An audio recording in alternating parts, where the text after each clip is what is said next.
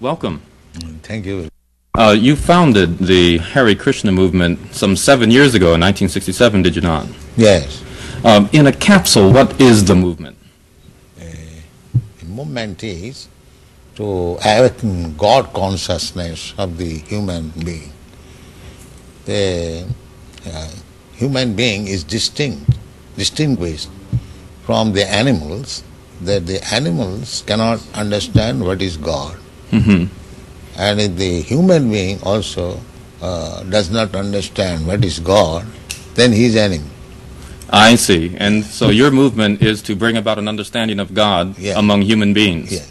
And Hare Krishna means what? Hare Krishna means addressing the energy of God. Hare means the energy of God, and Krishna means God. Mm-hmm. Okay. You were here yesterday and to attend your annual festival that was held here in Golden Gate Park, and we were there too. And in fact, here it is. A few thousand people came out to hear it. How many people are now disciples of the Krishna consciousness movement? Dedicated life, about 10,000. About 10,000 dedicated in ones. the Western world. Mm-hmm. Your Grace, is there any significance at all in the shaved head? Why are heads shaved? We keep ourselves very clean, that's all. Oh, it's just a cleanliness thing? Yes. Is there any significance in the color of the robes? At least at the present moment, people think that by keeping long hair, it becomes very beautiful. I see. Yes. So we are against it. Mm-hmm. Just as simple as that. Is there any significance in the yellow robes? Yellow robe is the dress, those who are dedicated. Mm-hmm. Yes. It could very well have been a blue robe. It's just something that was arrived at. This saffron. Mm-hmm. Mm-hmm. Your Grace, why do you feel that so many people are pulling away from the traditional religions in this country, such as Christianity and so forth, and going for the trying to understand the Eastern religions? We hear a lot of swamis and gurus and other type of yogi and so forth. Why do you feel that people are pulling away from the traditional Christian standards here? But we see that the Christian churches, especially I have seen in London, mostly closed. People are not interested, or the Christian leaders, they cannot make them interested.